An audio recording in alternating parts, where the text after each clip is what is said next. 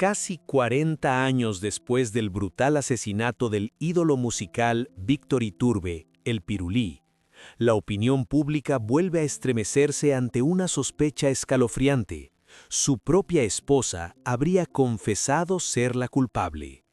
Y no hablo de una confesión firmada ante un juez. Hablo de una confesión silenciosa, de una serie de actos fríos y despiadados para borrar la escena del crimen, cuando el cuerpo de su esposo ni siquiera se había enfriado. ¿Quién le abrió realmente la puerta a la muerte aquella noche? Los hechos son innegables. El Pirulí cayó abatido por 6 balazos calibre 9 milímetros en la entrada de su casa, la noche del 29 de noviembre de 1987. Las autoridades dieron carpetazo al caso de forma rápida y negligente. Pero el verdadero motivo detrás de esas balas no fueron las drogas, ni un simple asalto, como quisieron hacernos creer. Muy pocos saben que detrás de aquellas puertas en Atizapán se esconden 4 secretos aterradores que siguen sin resolverse. Primero, ¿cómo es que unos sicarios lograron entrar con tanta facilidad a un fraccionamiento exclusivo y fuertemente vigilado, tomando a la víctima totalmente por sorpresa? Segundo, ¿qué intentaban ocultar aquella misma noche desapareciendo misteriosamente un sofá empapado en sangre, dejando atrás un penetrante olor a cloro y detergente? Tercero, ¿qué hay de cierto en esos turbios rumores que hablaban de un romance prohibido entre la viuda y el gran enemigo del cantante, Jorge Vargas? Y cuarto, ¿cómo fue que una cremación hecha a toda prisa y una fortuna millonaria que nunca se hizo pública terminaron por sepultar la verdad para siempre? El brillo de los escenarios ya se apagó, pero aquellas manchas de sangre, por más que intentaron lavarlas, siguen gritando por una respuesta. El México de los años 70 y 80 era un escenario deslumbrante, pero también plagado de trampas. Y en la cima más alta de ese escenario bañado en sudor, lágrimas y sangre, Víctor Iturbe se erigía como un rey sin corona. Pocos saben que, antes de hacer latir a millones de corazones con sus desgarradores boleros, Víctor Iturbe fue un dios del mar.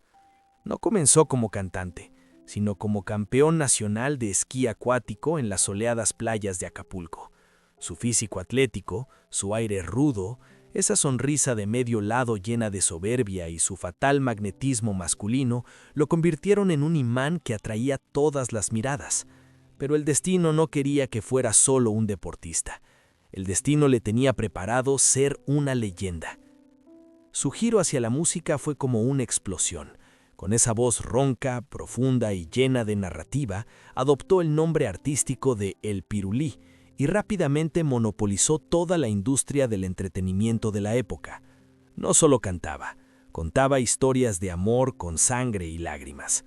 El público enloquecía por él, los productores se rendían a sus pies, las mujeres lo deseaban. El Pirulí no era solo un nombre, era una marca que garantizaba el poder absoluto en el mundo del espectáculo. Pero el verdadero poder del Pirulí no residía únicamente en sus discos de platino o en sus conciertos abarrotados. Lo que lo convirtió en una fuerza intocable fue su inmensa fortuna, un colosal imperio financiero construido con sus propias manos. Derrochó dinero comprando majestuosas haciendas que se perdían en el horizonte de Puerto Vallarta, acaparó propiedades exclusivas, y el máximo símbolo de su poderío era su lujosa mansión escondida en las arboledas, un fraccionamiento amurallado, con estricta seguridad las 24 horas, donde solo los súper ricos y los intocables tenían derecho a entrar. Vivía una vida de rey, moviéndose en los autos más lujosos, vistiendo los trajes más costosos y proyectando siempre la imagen de un hombre triunfador. Detrás de las puertas cerradas de aquella mansión en las arboledas se veía el retrato de una familia perfecta, una esposa abnegada siempre dispuesta a apoyarlo, hijos obedientes y un padre que, aunque ocupado, desbordaba amor. El Pirulí había construido una fortaleza inexpugnable para proteger lo más valioso de su vida. Sin embargo, hay una regla cruel en este mundo que el Pirulí pareció olvidar. Mientras más deslumbrante es la luz, más densa es la sombra que proyecta. Su rápido y monstruoso enriquecimiento comenzó a atraer las miradas codiciosas del bajo mundo. La opinión pública empezó a susurrar oscuros rumores. ¿Qué verdad yacía enterrada bajo esa montaña de dinero? Se decía que la aura del pirulí había cruzado los límites de los reflectores para rozar fuerzas oscuras, que supuestamente mantenía pactos secretos con los cárteles que manipulaban a México, participando en sofisticadas redes de lavado de dinero a través de inversiones inmobiliarias relámpago. Incluso se decía que su naturaleza de mujeriego lo había empujado a un romance prohibido con la esposa de un temido capo, o que había encendido una llama de odio inextinguible con el actor Jorge Vargas. Existen múltiples teorías de conspiración sobre la muerte de El Pirulí, pero toda la evidencia parece apuntar a una sola persona, su esposa, Irma Iturbe. Hoy, acompáñenos a desenterrar los detalles escalofriantes y las pruebas que hemos pasado por alto durante más de 40 años para descubrir cómo le vendaron los ojos al público. Durante casi 4 décadas, el asesinato de Víctor Iturbe El Pirulí ha sido como el truco de magia más sangriento y perfecto que los medios mexicanos hayan presenciado. Cuando la sangre del rey del bolero manchó el umbral de su casa aquella fría noche del 29 de noviembre de 1987, un oscuro telón de terciopelo cayó de inmediato sobre la escena. El público, la policía y la prensa fueron arrastrados a un laberinto de conspiraciones a gran escala. Se mencionaron nombres de capos del narcotráfico, se tejieron historias sobre deudas millonarias en el bajo mundo o sangrientos ajustes de cuentas al puro estilo de los cárteles. Pero todo eso fue solo una obra de teatro montada para distraer. La verdad, sepultada bajo montones de reportes policiales negligentes y rumores infundados, es en realidad mucho más cruel y fría. Hoy, abriremos esos expedientes llenos de polvo y pondremos bajo la lupa los detalles macabros y las pruebas evidentes que todos ignoraron, accidental o intencionalmente, durante 40 años, y así veremos cuán magistralmente nos cegaron a todos. Porque al quitar toda esa fachada deslumbrante y las mentiras, las flechas de la sospecha no apuntan a ningún capo lejano. Cada evidencia, cada incongruencia en la escena del crimen, cada vacío en la línea de tiempo convergen y señalan directamente a una sola persona, la mujer que compartía su cama, Irma Iturbe. ¿Por qué nos atrevemos a plantear la estremecedora hipótesis de que Irma Iturbe podría ser la autora intelectual, la verdadera asesina detrás de toda esta tragedia? No es casualidad que la opinión pública susurre por lo bajo una frase lapidaria: el enemigo más peligroso nunca toca la puerta desde afuera, ya está cómodamente sentado adentro. Para entender lo absurdamente ilógico de este caso, primero debemos adentrarnos en la fortaleza llamada Las Arboledas. Pocos saben que en los años 80, la zona de Atizapán de Zaragoza, donde vivía la familia Iturbe, no era un vecindario cualquiera. Era un fraccionamiento exclusivo para los súper ricos, una fortaleza amurallada diseñada para ser inmune a todos los crímenes del mundo exterior. Contaba con guardias patrullando las 24 horas y casetas de estricto control de identidad en cada acceso. Cualquier vehículo sospechoso o individuo sin identificación de residente que merodeara por la zona después del atardecer era inmediatamente interceptado e interrogado. Primera brecha: la seguridad burlada. Hagamos un ejercicio de lógica simple. Las autoridades concluyeron que entre 2 o 3 sicarios emboscaron a El Pirulí en la puerta de su casa. Entonces, ¿cómo es que un grupo de asesinos fuertemente armados, moviéndose en la oscuridad de la noche, logró volverse invisible y burlar el gigantesco sistema de seguridad de las arboledas? No pudieron saltar los muros porque habrían sonado las alarmas. No pudieron entrar por la puerta principal porque los guardias habrían registrado sus placas. Solo tenían una forma de llegar hasta la puerta de la víctima sin levantar sospechas. Alguien les dio permiso para entrar. ¿Quién tenía la autoridad y la capacidad para crear una brecha de seguridad tan perfecta?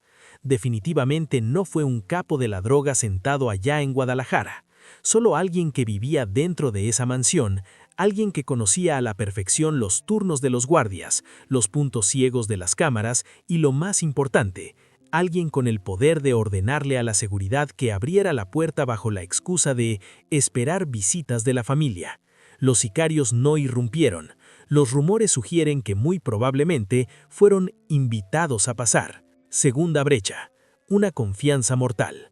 El segundo y más escalofriante cabo suelto es la actitud de El Pirulí en sus últimos momentos de vida. Estamos hablando de Víctor Iturbe, un hombre curtido en el complejo mundo del espectáculo, dueño de una fortuna descomunal de dudosa procedencia y envuelto en un sinfín de rumores sobre venganzas del bajo mundo. Un hombre que cargaba con tantos secretos y enemistades forzosamente debía tener un instinto de supervivencia sumamente agudo. Lógicamente tendría que haber sido alguien desconfiado, siempre en estado de alerta máxima.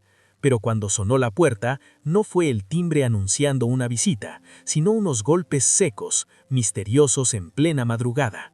Según las declaraciones de la familia, específicamente de Irma Iturbe, él fue a abrir porque pensó que era su hija Lucy, que llegaba tarde y había olvidado sus llaves. Detengámonos en este detalle. De puertas para afuera es la excusa perfecta para arrancarle lágrimas al público. El padre devoto que muere por preocuparse por su hija. Pero si usamos la lógica de un investigador, resulta de un absurdo casi ridículo. Si Lucy hubiera llegado a casa sin llaves, no se habría quedado en silencio en la oscuridad tocando la puerta a escondidas. Una joven habría gritado, «Papá, mamá, ábranme». Habría hecho un ruido familiar. Además, ¿por qué el Pirulí no miró por la mirilla? ¿Por qué no preguntó «¿Quién es?»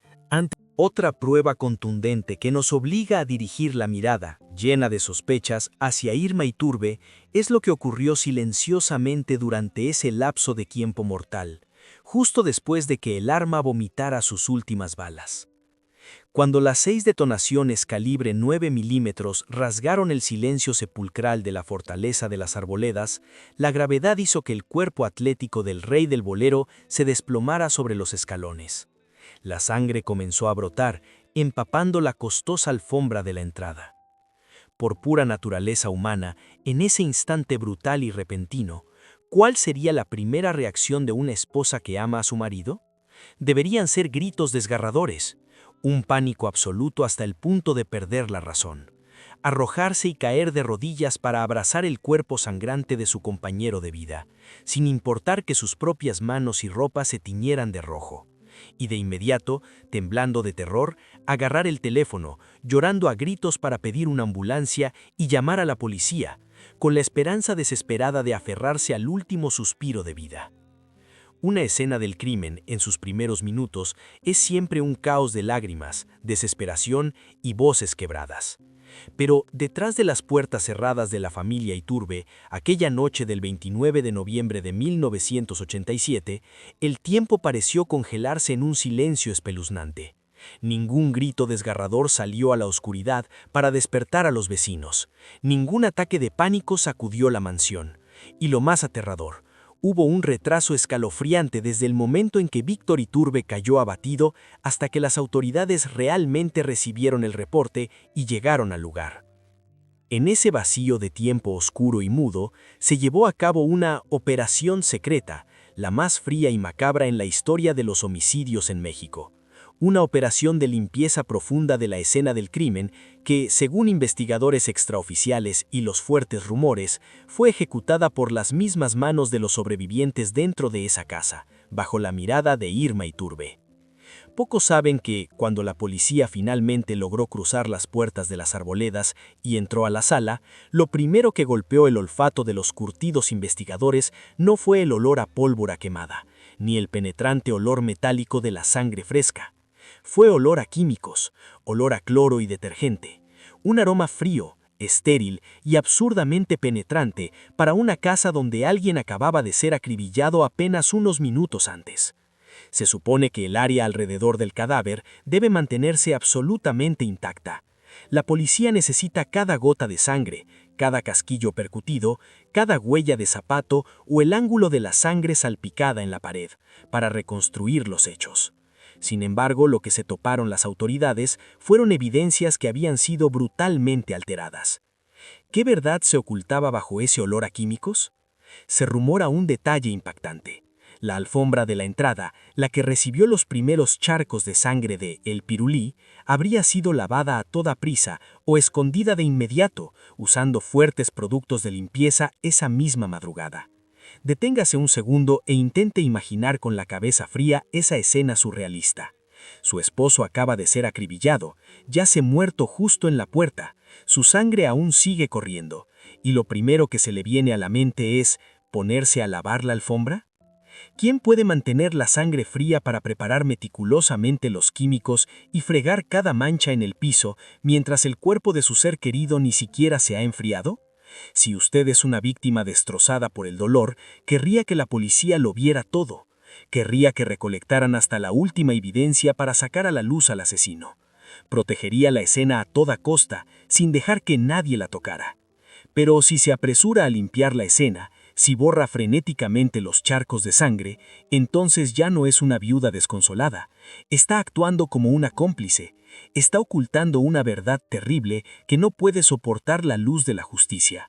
Los defensores de doña Irma podrían argumentar que lo hizo por el estado de shock, por querer preservar una imagen limpia de su difunto esposo.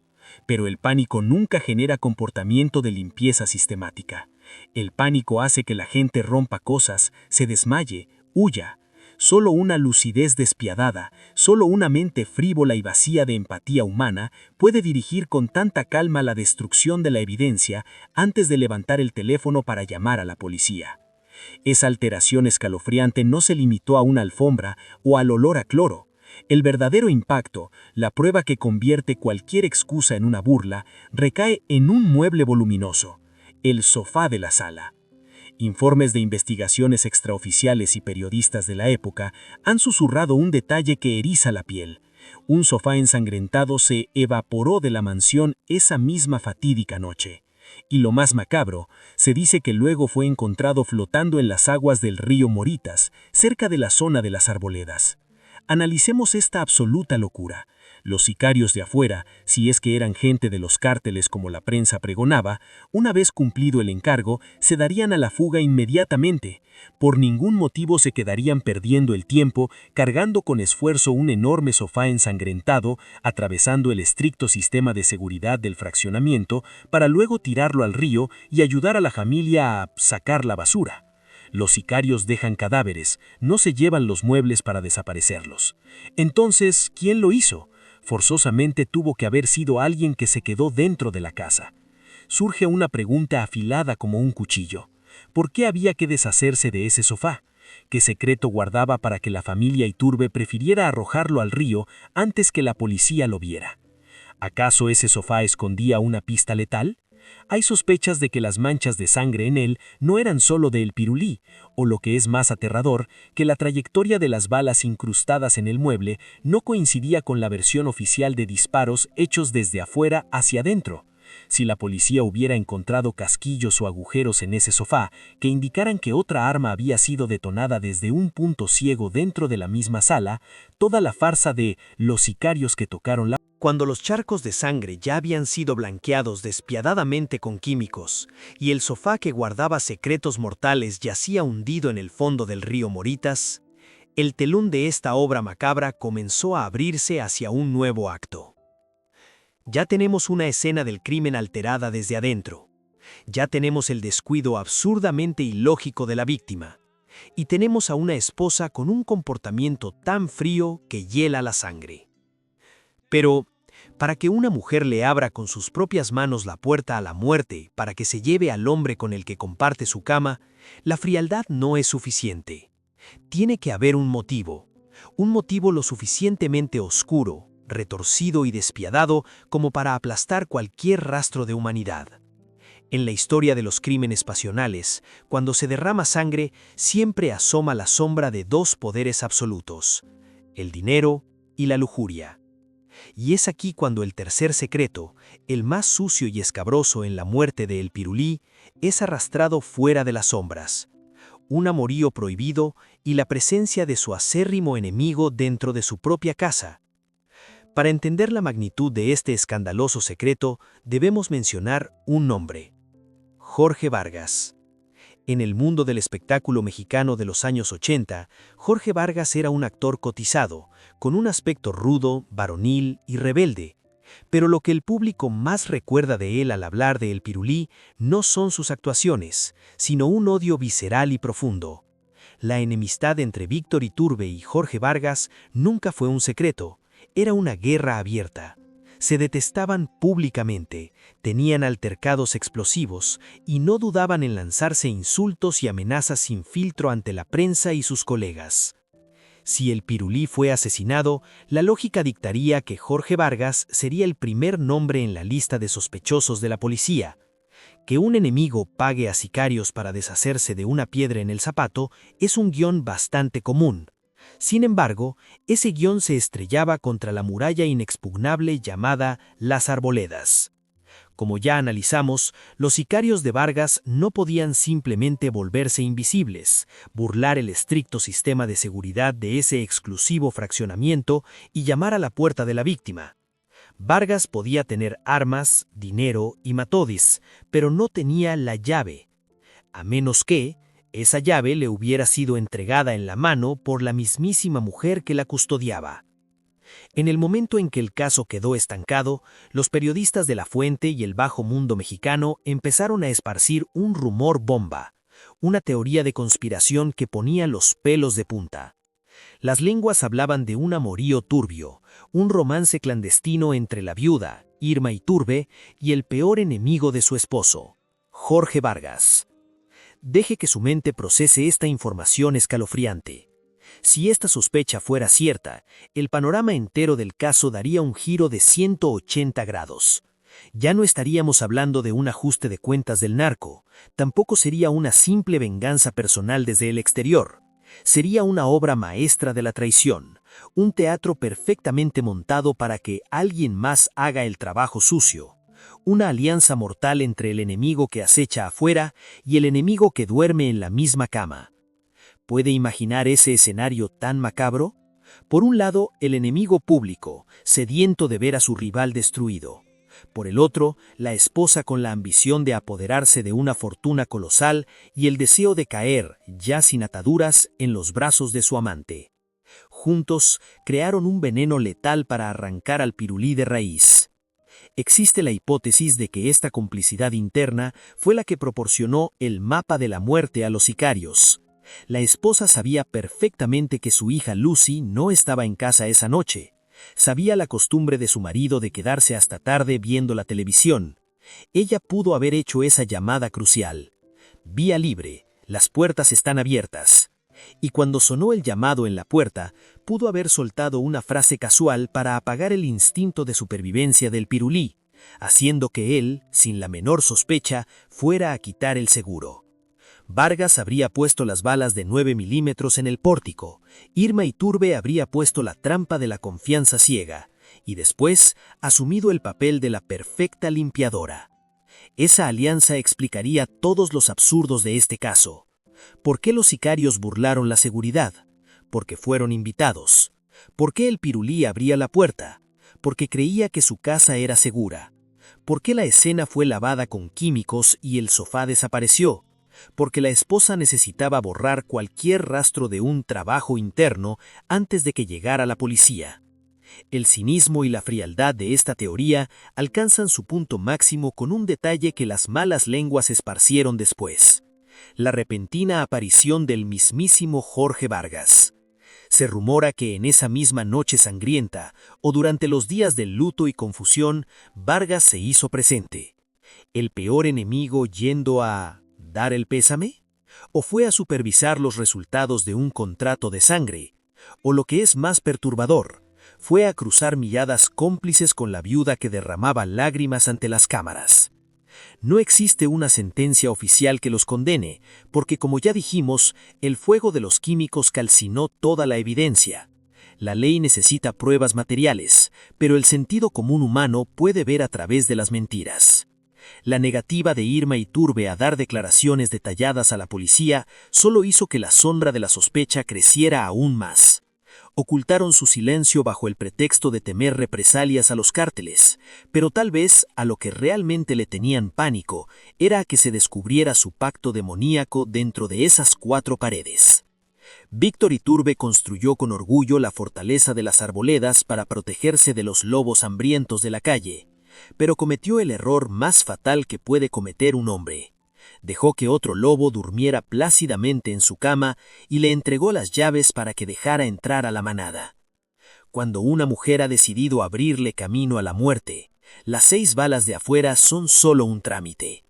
El verdadero disparo ya había sonado mucho antes, entre abrazos furtivos y cálculos fríos, a espaldas de la víctima. El olor a químicos de limpieza puede evaporarse, los charcos de sangre pueden ser restregados, y el sofá que cargaba con secretos mortales puede haber quedado hundido bajo el lodo del río Moritas. Sin embargo, en cualquier investigación criminal, la destrucción de la evidencia física es solo la mitad del callejón sin salida.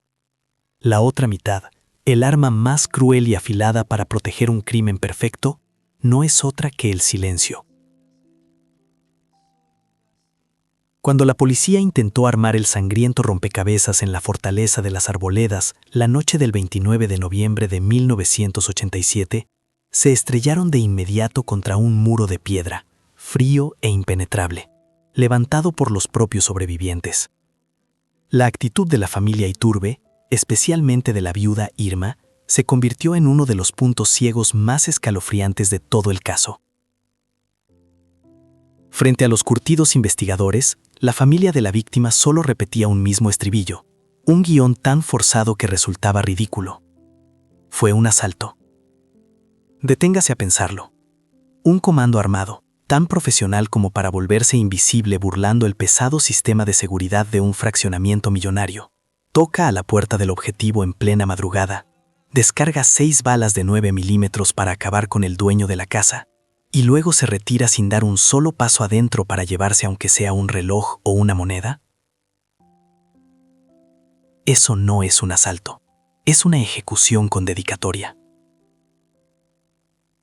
Cuando la policía empezó a escarbar en esas incongruencias, exigiendo aclarar el extraño vacío, Cuando el fuego del horno crematorio redujo a cenizas el cuerpo de Víctor Iturbe, el Pirulí, no solo esfumó a una leyenda musical, sino que cerró oficialmente uno de los expedientes criminales más apresurados y absurdos en la historia judicial de México. 30 cortos días bastaron para dar carpetazo a un asesinato que sacudió a toda la nación, sin detenidos, sin sentencias. El público de los años 80 se estremeció al creer que esta trágica historia había terminado en un punto muerto eterno. Pocos saben que la muerte del rey del bolero fue el primer precedente a sangre fría, la primera piedra que cimentó la era más oscura y sangrienta de la farándula mexicana, la era del narcoespectáculo, donde las luces deslumbrantes de los escenarios comenzaron a teñirse de rojo por los contratos de muerte dictados desde el bajo mundo. Si damos un paso atrás y colocamos la escena del crimen de las Arboledas en el panorama general de los asesinatos de celebridades que ocurrieron años después, emerge una verdad aterradora. Se repite un modus operandi perfecto y espeluznante, y al analizar las coincidencias mortales de estos casos, la mirada de sospecha hacia su esposa, Irma Iturbe, no solo no se desvanece, sino que se vuelve más afilada y aterradora que nunca. La primera regla cruel de las muertes en la cima del éxito: los sicarios nunca abren la puerta por sí solos. El diablo siempre necesita un guía desde adentro. Basta con mirar el asesinato igual de impactante que ocurrió en 1999 y le arrebató la vida a Paco Stanley, el presentador de televisión más poderoso de México. Paco fue acribillado con ráfagas de ametralladora a plena luz del día a las afueras de un concurrido restaurante. Al igual que el Pirulí, Stanley poseía una fortuna opaca y se rumoreaba que tenía pactos secretos con Amado Carrillo, uno de los capos más temibles de la historia. Pero el detalle más escalofriante, el que invoca inmediatamente al fantasma de Irma Iturbe en la mansión de las Arboledas, recae en un personaje secundario. Justo antes de que las armas escupieran fuego afuera del restaurante, Mario Besares, el mejor amigo, la mano derecha y acompañante de Paco Stanley, sufrió un repentino dolor de estómago. Pidió permiso para quedarse en el baño del restaurante, y gracias a esa milagrosa casualidad, Mario salió ileso, mientras Paco quedaba destrozado a balazos en el exterior. La opinión pública hirvió de indignación. La prensa desnudó una realidad. Las mafias, por más poderosas que sean, no pueden ejecutar un asesinato impecable si no hay un infiltrado que rompa las defensas de la víctima. Las sospechas apuntaban a que Besares fue quien dio el pitazo, retuvo a la presa y le despejó el camino a los sicarios. Ahora, volvamos a la fatídica noche de 1987. ¿Qué diferencia hay entre el repentino dolor de estómago de Besares en el baño de 1999 y la casualidad de que Irma Iturbe y el resto de la familia estuvieran completamente a salvo dentro de la casa mientras el marido salía a abrirle la puerta a la muerte? Mario se escondió en el baño para salvar su vida. Irma, presuntamente, usó ese tiempo letal para mezclar químicos, fregar los charcos de sangre y desaparecer un sofá lleno de pruebas de una traición. Ambos casos grabaron a fuego una máxima despiadada. La fortaleza más inexpugnable no cae por las balas del exterior, cae porque el guardián de las llaves abrió la puerta con sus propias manos. No podemos negar las teorías de conspiración que rodean al Pirulí, que cometió el error fatal de involucrarse con la esposa de un capo de la mafia o que quedó atrapado en las redes amorosas de la élite intocable. La historia ha demostrado que el precio por esa osadía siempre se paga con la vida. En 1992, el rey del corrido, Chalino Sánchez, estaba brillando en el escenario cuando recibió una nota de amenaza. Sabía que iba a morir, pero terminó de cantar su última canción. Horas después, su cuerpo fue hallado con 2 balazos en la cabeza. En 2006, Valentín Elizalde fue acribillado en su camioneta con decenas de disparos justo después de un concierto. Supuestamente por los rumores de cantó un tema burlándose del grupo de los Zetas. Todos eran ídolos, todos fueron ejecutados de forma tajante, profesional y brutal. Pero hay un contraste devastador que separa la muerte del Pirulí de la de sus infortunados colegas. Chalino Sánchez y Valentín Elizalde fueron masacrados en la calle, en lugares públicos donde su línea de defensa era más frágil.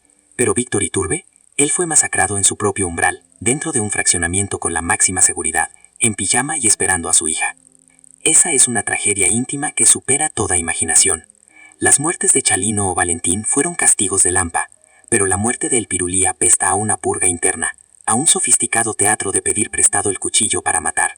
Las fuerzas oscuras pudieron haber puesto las balas, pero quien señaló el punto débil, quien despojó del último escudo protector al rey del bolero, solo pudo haber sido la mujer que dormía en su misma cama.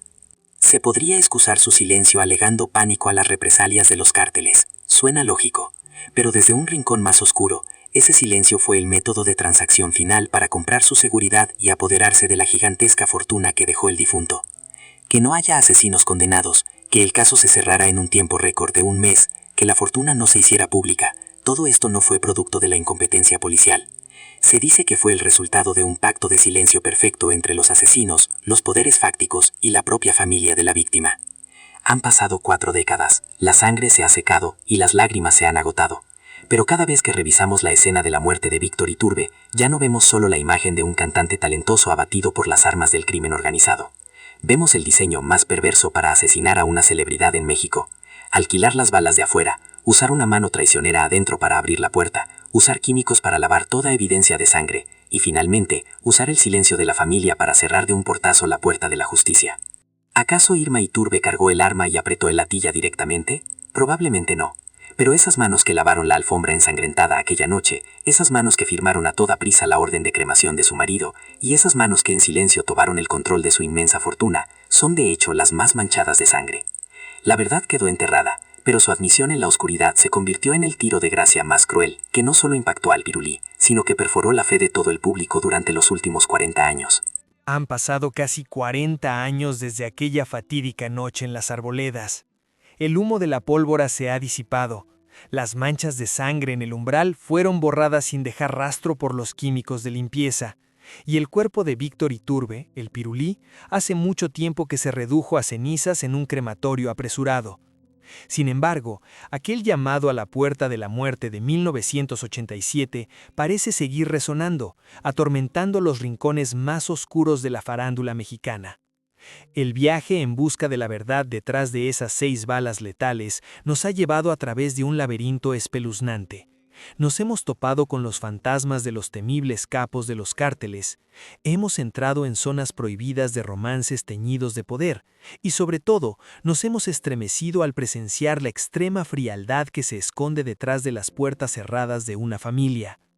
Cuando la fama, el dinero y los secretos más sucios se dan la mano, la verdad se convierte en la moneda de cambio más barata. Nunca se dictó sentencia, ningún asesino terminó tras las rejas. El caso se cerró con una rapidez récord, dejando un vacío eterno en la historia judicial de México. El hecho de que la esposa, Irma Iturbe, y su familia eligieran el silencio, se negaran a declarar y alteraran frenéticamente la escena del crimen, podría derivar de un terror absoluto ante las garras del bajo mundo, pero al mismo tiempo también se sospecha que fue la obra de teatro perfecta para allanarle el camino a los sicarios, encubriendo un crimen engendrado en su propia cama, con la complicidad de enemigos en las sombras. No estamos aquí para ser jueces. Nadie tiene el derecho de condenar a doña Irma cuando la propia ley se ha rendido oficialmente y las pruebas más cruciales fueron arrojadas al fondo del río o metidas directo al fuego. Sin embargo, la conciencia y el sentido común del ser humano nunca son ciegos. 4 décadas de silencio por parte de la familia Iturbe pueden ser la tragedia del terror y la cobardía, pero también podrían ser la confesión más cruel y contundente de una traición imborrable. Al final, cuando cae el telón y los reflectores se apagan, nos vemos obligados a enfrentar una pregunta que le helaría la sangre a cualquiera. ¿Fueron realmente aterradoras las 6 balas despiadadas de unos pistoleros desconocidos aquella noche? ¿O acaso el hecho de que tus propios seres queridos se apresuren a usar químicos para limpiar tu sangre y cremar tu cuerpo antes de que la justicia pueda hablar es la tragedia más cruel que puede sufrir un ser humano? Detrás de las puertas cerradas en Atizapán, tal vez la verdad terminó convirtiéndose en cenizas junto con el pirulí, dejando una escena del crimen escalofriantemente impecable, para siempre.